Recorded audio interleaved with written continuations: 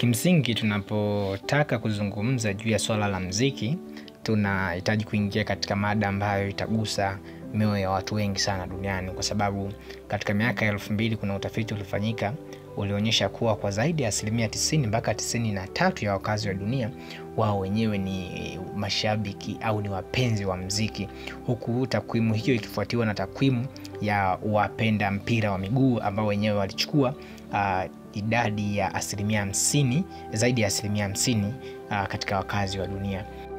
Kwa hiyo utagundua kuwa muziki una nguvu kubwa ya ushawishi kuliko kitu chochote duniani. Sasa tunaweza tukajiuliza maswali madogo machache ambayo yatatupa mwanga katika kile ambacho, kama utangulizi wa kile ambacho tunakwenda kukijadili katika somo letu hili lilo mbele yetu. Sasa unaweza kujiuliza swali, je, muziki ni nini?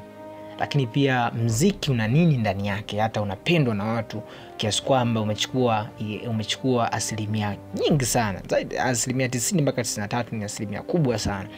Sasa lakini kuna aina ngapi za muziki, na muziki una faida gani, una hasara gani katika maisha na mwili wa binadamu kwa ujumla wake?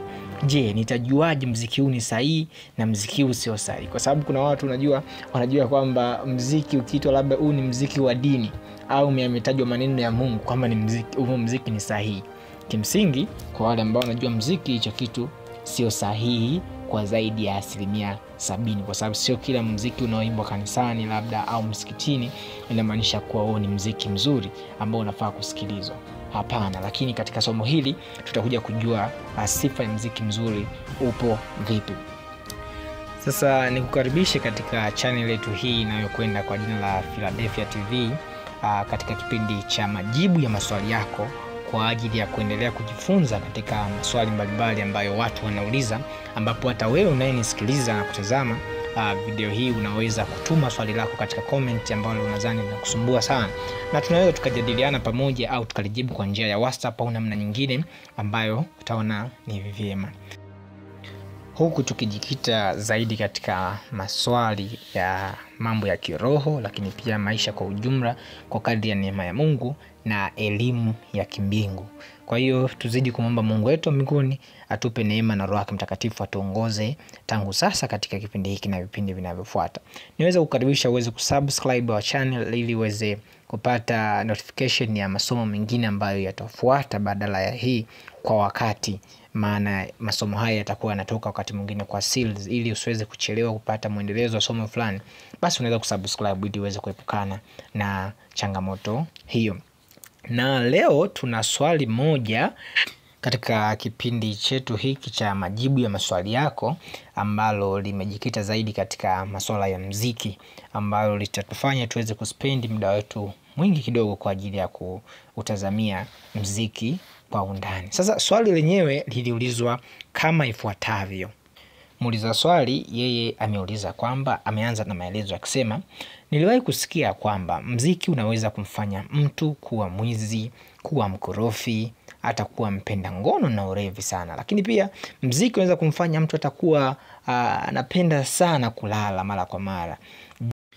Lakini pia imeonekana muziki unaweza kumfanya mtu akawa na tabia njema kwa namna yote ile katika jamii, na jamii ikamkubali sana mtu huyo. Sasa swali lake liko hapa, anasema, je, ni kweli muziki unaweza kumfanya mtu kuwa na tabia nzuri au kuwa na tabia mbaya? Kimsingi jibu la moja kwa moja la swali hilo la ndugu aliyeuliza hilo swali ni kwamba jibu ni ndio. Muziki unaweza kufanya mambo hayo yote. Zaidi inategemeana na aina gani ya muziki ambao mtu anaupenda kuimba au kusikiliza mara kwa mara. Ndio maana hata katika maandiko matakatifu Mtume Paulo katika kitabu cha Wakorintho sura ya 14, Wakorintho wa kwanza sura ya 14 mstari wa 15 aliwahi kushauri na kututaka kuwa tukiimba nyimbo basi tuweze kuimba kwa roho na kwa akili. Kwa sasa alikuwa anamaanisha nini? Kwamba muziki tunaoimba tusiimbe tu mradi tumeimba mradi tu ni muziki, au tunasikiza tu muziki mradi tu ni muziki. Lazima tutafakari katika roho kwamba huu muziki una faida gani na una hasara gani, lakini unavyoimba unatakiwa uhusianishe hisia zako na akili zako zote katika huo muziki, kwa sababu una impact kubwa katika kutoa matokeo ya nje na ndani. Mtu anaweza kuathiriwa na mziki. Sasa katika makala hii inayokwenda kwa jina la athari ya mziki kwa tabia za watu, tutajifunza vitu vingi juu ya mziki na utendaji kazi wake katika mwili wa mwanadamu. Na mwisho tutaona kuwa Mungu anatutaka tuimbe na kucheza mziki gani. Kwa hiyo nizidi kukukaribisha na kukualika uweze kutenga muda wako ili tuweze kuambatana pamoja katika somo hili. Sasa katika kitabu cha Mhubiri sura ya 16 na mstari wa 25, Mfalme Suleiman aliwahi kusema kwamba iko njia ionekanayo sawa machoni pa mtu, lakini mwisho wake ni mauti. Alisema iko njia ionekanayo sawa machoni pa mtu, lakini mwisho wake ni mauti. Sasa Mfalme Suleiman alikuwa anamaanisha nini aliposema maneno haya ambayo yanapatikana katika kitabu cha Mhubiri sura ya 16 na mstari wa 25 kama nilivyoyanukuu? Mfalme Suleiman alikuwa anamaanisha kwamba mtu anaweza akawa anafanya jambo fulani na kuliona ni jema machoni pake, lakini hatima ya jambo hilo ni baya katika maisha yake na pengine kwa jamii inayomzunguka. Sasa nitaweza kuendelea kuelezea fungu hilo kupitia mfano huu ufuatao, kwamba ikatokea labda kuna mtu mmoja anapenda kuvuta sana sigara katika maisha yake. Labda alianza tabia hiyo tangu yupo labda shule ya msingi, akiwa labda na miaka michache sana, labda tuchukulie tu alianza akiwa na miaka 10 au 12 au 15 hapo, na ilipofika miaka ya 30 au 35 40 akakutana na daktari, akamshauri, akamwambia, ndugu yangu, swala lako la uvutaji wa sigara ni hatari kwa afya yako. Ni vizuri uweze kupunguza kuvuta sigara na ikiwezekana uweze kuacha kabisa. Na kama una uwezo uweze kuacha mara moja tangu sasa.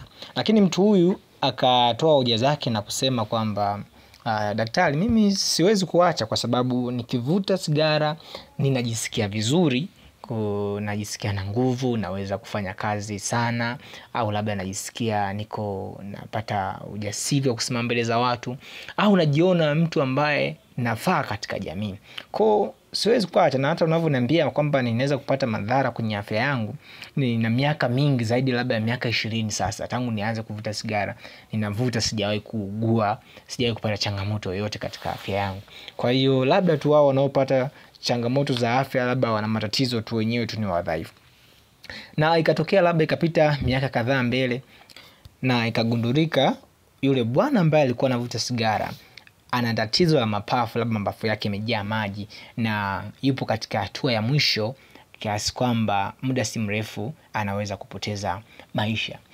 Tukumbuke hapo nyuma huyu mtu alipoambiwa kuwa swala lake la uvutaji wa sigara ni hatari kwa afya yake, alisema kwamba yeye anaona anapata furaha katika kile kitu anachokifanya, lakini alitahadharishwa na kuonyeshwa kuwa mwisho wa hilo jambo ambalo linampa furaha kwa wakati ule ni mbaya, hivyo aweze kuacha lile jambo, lakini alikataa. Sasa mwishoni, baada lile tukio sasa kufikia ukomo wake na kuwa baya, ule ubaya wake kuonekana, huyu mtu sasa ndipo ambapo anakuja kugundua kuwa ni kweli kile kitu kilikuwa ni kibaya, lakini anakuwa tayari amekwisha kuchelewa. Sasa ndio maana Suleiman anasema iko njia ionekanayo sawa machoni pa mtu, lakini mwisho wake ni mauti.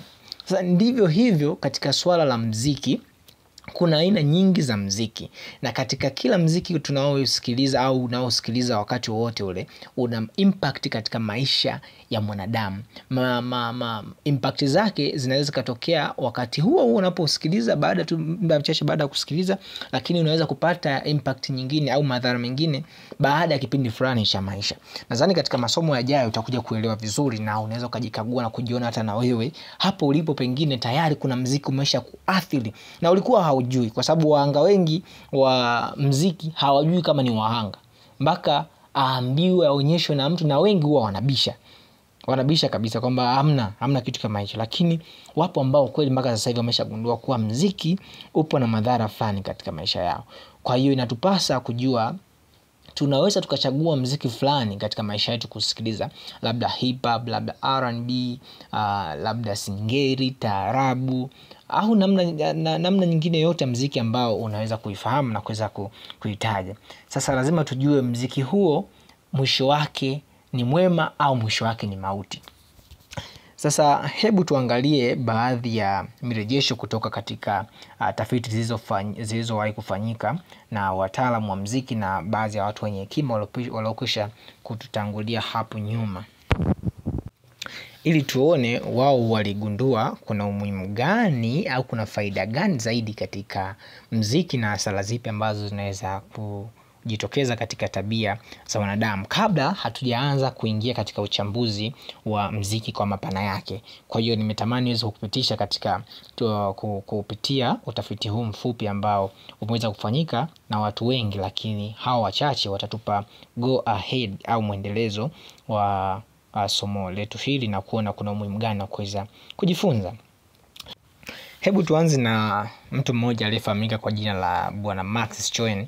Yeye katika kitabu chake cha Psychology aliandika kwamba music is the most powerful stimulus known among the perceptive sense, akiwa na maana ya kwamba muziki ni kichocheo kikubwa chenye nguvu zaidi katika milango ya fahamu ya mwanadamu. Yaani katika vichocheo vyote ambavyo vinapatikana labda katika mazingira, lakini imeonekana kuwa muziki wenyewe ndio una nguvu zaidi katika hisia za mwanadamu. Katika milango yote ya fahamu ya mwanadamu, muziki ndio ambao umechukua nafasi kubwa, au tunaweza tukasema ni nafasi ya kwanza katika kuingiza taarifa kwa mwanadamu. Sasa unaweza kujiuliza zaidi ni kwa maana gani, alikuwa anamaanisha nini? Ngoja nikupe mfano ili uweze kuelewa maneno hayo. Muziki ni kichocheo cha taarifa ambacho kinapita katika masikio kisha kinaingia katika ubongo. Kwa hiyo sikio ni mlango wa fahamu ambao unaingiza taarifa katika ubongo. Ukishaingia katika ubongo, ile taarifa inavyotolewa nje, inavyotafsiriwa na ubongo, inaweza ikaathiri vichocheo, inaweza ikaathiri milango mingine ya fahamu ikiwemo ngozi, macho, pua, hata na ulimi au mdomo, kinywa kwa ujumla wake, pamoja na mlango mwingine wa ulimi. Sasa unaweza kuanza kwa namna gani? Ngoja nikwambie tena kwamba mtu anaweza kasikiliza muziki, baada ya kusikiliza ule muziki umeingia kwenye ufahamu, akausikiliza katulia, baadaye anaanza kulia, macho tayari yameshaathiriwa. Baadaye ngozi inaweza ikaanza kuathiriwa na yenyewe. Kwa nini? Muziki ukamfanya mtu akacheza mpaka katoka jasho. Ndio maana huyu Dr. Marx alisema music is the most powerful stimulus known among the perceptive senses. Lakini yuko mtu mwingine ambaye alifahamika kwa jina la Dr. Howard Hanson. Yeye katika makala iliyoandikwa miaka 1943 aliandika maneno yafuatayo ambayo yanapatikana katika gombo la 40 ya kitabu kilichoitwa American Journal of Psychiatry. Sasa utakuta katika ukurasa wa 317 aliandika maneno yafuatayo. Anasema kwamba music is made up with many ingredients, and according to the proportion of these components, it can be soothing or invigorating, enabling or vulgarizing, and it has power for evil as well as good.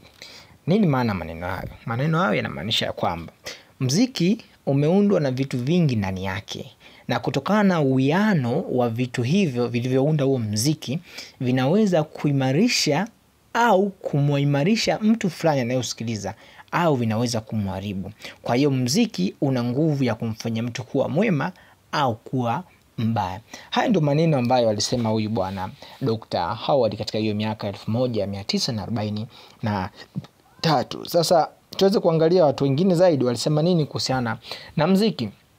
Kuna mtu mwingine ambaye alifahamika kwa jina la Dr. Adam Nice. Yeye alifanya utafiti mzuri katika kwa kipengele cha kuangalia muziki una madhara gani au una athari gani katika tabia na maisha ya mwanadamu kwa ujumla. Akaandika maneno yafuatayo ambayo nakunukulia hapa, kisha nitakupa tafsiri yake. Anasema music is a two-edged sword. Music is a powerful drug. Music can poison you, lift your spirits, or make you sick without knowing why, whereas melodious tone can relax you. In contrast, loud reading music can cause blood pressure to rise, leading to headaches and anxious feelings. Sasa maneno hayo maana yake nini? Alisema kwamba muziki ni upanga ukatao kuwili. Yaani anaposema muziki ni upanga ukatao kuwili, ana maana ya kwamba anayewimba muziki na anayeusikiliza mziki, wote wanaathiriwa na huo mziki. Kama mziki huo ni mzuri, yule ambaye anauimba au kucheza mziki na yule ambaye anatazama na kusikiliza, labda kumsikiliza yule anayeutoa ule mziki, wote wanaathiriwa kwa kiwango sawa kulingana na mziki ambao wanausikiliza au kucheza. Kwa hiyo kama mziki huo ni mzuri, wote wawili watafaidika, na kama mziki huo ni mbaya, watu hawa wote wataweza kuathirika. Sasa anaendelea anasema hivi, music is a powerful drug. Anaposema music is a powerful drug, anamaanisha kama mziki ni madawa yenye nguvu. Ni kwa namna gani? Sikiliza. Music can poison you. Mziki unaweza ukakuua, lakini pia mziki unaweza ukakuinua roho yako katika level fulani ambayo ukuepo kabla hapa. Yaani ukakupandisha katika level fulani ukawa na jinsi haukuepo hapo mwanzo. Lakini anasema pia mziki huo unaweza kukufanya unaumwa, ukakufanya unajisikia kuumwa na ulikuwa uko vizuri na hujui sababu yake ni nini. Ndio maana anasema music can poison you, lift your spirit or make you sick without knowing why. Lakini alipoendelea anasema whereas mellow tone can relax you, in contrast loud reading music can cause blood pressure to rise, leading to headaches and anxious feeling. Anamaanisha kuwa mziki huo unaosikiliza unaweza ukapelekea ukapandisha mapigo ya moyo kutokana labda na mikito au na mkandamizo wa mdundo au mziki fulani unaosikiliza, ukapelekewa kuumwa kichwa na hata kujihisi kuwa na hasira wakati mwingine.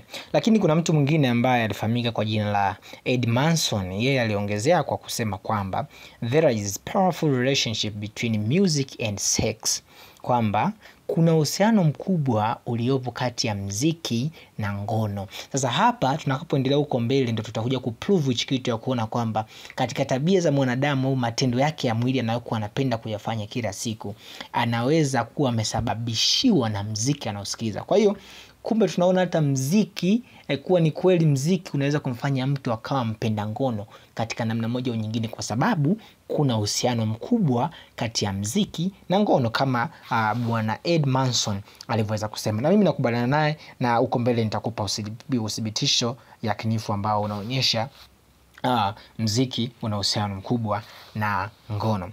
Pia wakati Donald J. Grout alipokuwa akifanya utafiti juu ya historia ya mziki wa magharibi, aliandika kwamba music directly affects the passion or states of soul, gentleness, anger, courage, temperance. In short, if one listen wrong music, he will become that one. Maana yake nini? Ni kwamba mziki una athari ya moja kwa moja katika hali ya mtu, katika roho yake, na kwa ujumla inaweza kumfanya kuwa na hasira, lakini pia anaweza kujisikia jasiri kutokana na mziki anaosikiliza. Akasema mwisho ya kuwa mtu ikiwa anasikiliza mziki mbaya atakuwa kama ule mziki anaosikiliza, lakini mtu akiwa anasikiliza mziki mzuri atakuwa mzuri kama ule mziki anaosikiliza ndani yake. Naweza nikakuthibitishia hili kwa mfano huu mdogo ya kwamba wale ambao wanakumbuka kipindi tupo shule ya msingi, tulikuwa hata sekondari, wakati fulani, hata sasa hivi tunaona wanafanyaga watu fulani wana barabarani wanakimbia mchaka mchaka. Kuna nyimbo huwa zinaimbwa wakati wa mchaka mchaka. Zile nyimbo kuna wakati mtu anaanza ajisikii hana mudi labda ya kukimbia mchaka, lakini zile nyimbo zinaweza zikamtia morali, akajikuta yani anajiona jasiri, anajikuta yani tuseme mzukani umepanda, yani anajiona si nitumie lugha gani niweze kukuelezea, lakini wale ambao wamekupitia situation wanajua. Kwa hiyo unashangaa muziki fulani umemfanya huyu mtu yani kachangamka, yupo active bala. Sasa hiyo ni kazi ya muziki. Kuna mechanism ambayo inafanyika pale mpaka wewe unakuwa hivyo. Sasa ni usiache kuendelea kufuatilia mpaka mwisho masomo haya. Kuna vitu vizuri mbele ambapo vitatusaidia kujua zaidi na kuweza kujisaidia sisi na kusaidia watu wengine pia. Hebu tuweze kurudi katika miaka ya 500 nyuma kabla ya kuzaliwa kwa Yesu, ambapo kuna mtu mmoja alifahamika kwa jina la Confucius. Yeye huyu anafahamika sana katika taifa la China kule kwa sababu ya dini ambayo alianzisha inayofahamika mpaka sasa kwa jina la Confucius. Confucius au Confucianism kwa ujumla wake. Sasa yeye aliwahi pia kuzungumza jambo katika mziki na alisema, if one should desire to know whether a kingdom is well governed, if its morals are good or bad, the quality of music will furnish the answer. Kwamba mtu akiwa na shauku ya kutaka kujua taifa fulani lina uongozi mzuri au uongozi wake ni mbaya, lakini pia lina maadili mazuri au lina maadili mabaya, kwa kujua ubora wa mziki wanaosikiliza wanaweza kupata majibu. Kwa nini? Kwa kusikiliza mziki unaweza kujua taifa fulani wana tabia nzuri au tabia mbaya, maadili yao kwa ujumla na uongozi wao kwa ujumla. Ni kwa sababu ya maneno haya yafuatayo alimalizia, alisema, the character is the backbone of human culture and music is the flowering of the character. Kwamba tabia ni uti wa mgongo wa utamaduni wa jamii fulani, na mziki ni matunda ya tabia ya tabia za wale wanajamii. Yani kwamba ukifika katika kijiji fulani, tabia yao ndio uti wa mgongo wa utamaduni wao, na kutokana na tabia yao, kwa kuwa ni uti wa mgongo wa jamii yao, ile tabia kama ni nzuri au mbaya itawafanya waweze kuzalisha mziki mzuri au mziki mbaya. Kwa hiyo kwa nini? Kwa sababu wanasema mziki ni matunda ya tabia. Ndio maana huyu Confucius alisema, ukitaka kujua taifa fulani lina uongozi mzuri au lina maadili mazuri au mabaya, tafuta mziki wanaosikiliza, kwa sababu ule mziki ni matunda ya tabia yao. Kwa una haja wala wakati ya kutumia nguvu nyingi ya kuweza kufanya utafiti, lakini ukichukua tu mziki fulani unaopenda, unaweza kujua tabia yao halisi hao watu. Lakini mtu mmoja ambaye tunamaliza naye kwa katika kipengele hichi cha somo hili la kwanza, yeye alifahamika kwa jina la Plato. Huyu ni mwanafalsafa nguli na ni mashuhuri sana. Yeye pia aliwahi kuzungumza jambo kuhusiana na muziki. Plato alisema hivi, good music should be encouraged and bad music which lead to bad thoughts and actions should be outlawed. Kwamba mziki mzuri unapaswa kupewa kipaumbele zaidi, ambao utapelekea mawazo mazuri na matukio mazuri katika jamii. Lakini mziki mbaya ambao unaleta mawazo mabaya na matendo mabaya katika jamii, inabidi ushushwe thamani au uepukwe katika jamii. Unaweza ukaona, ndugu yangu, kupitia tu hao wanafalsafa, watu hao wenye hekima na wao tafiti tu wa kidunia wa kawaida, na wao pia wametoa mrejesho katika tafiti zao kuwa muziki ni kitu hatari na unapaswa kuchukuliwa tahadhari katika namna moja au nyingine. Vipi kuhusiana na neno la Mungu linasema nini kuhusiana na muziki? Lakini kumbuka bado hatujaanza kuingia kuangalia muziki ni nini, nawe nikualike katika somo linalofuata ili tuweze kujifunza kwa pamoja kujua muziki ni nini sasa, na unaundwa na vitu gani, na tujue namna gani ya kutambua muziki gani mzuri na muziki gani ni mbaya. Basi Mungu akubariki sana na uwe na wakati mzuri, usipange kukosa katika somo la pili linalofuata. God bless you. Have a nice day.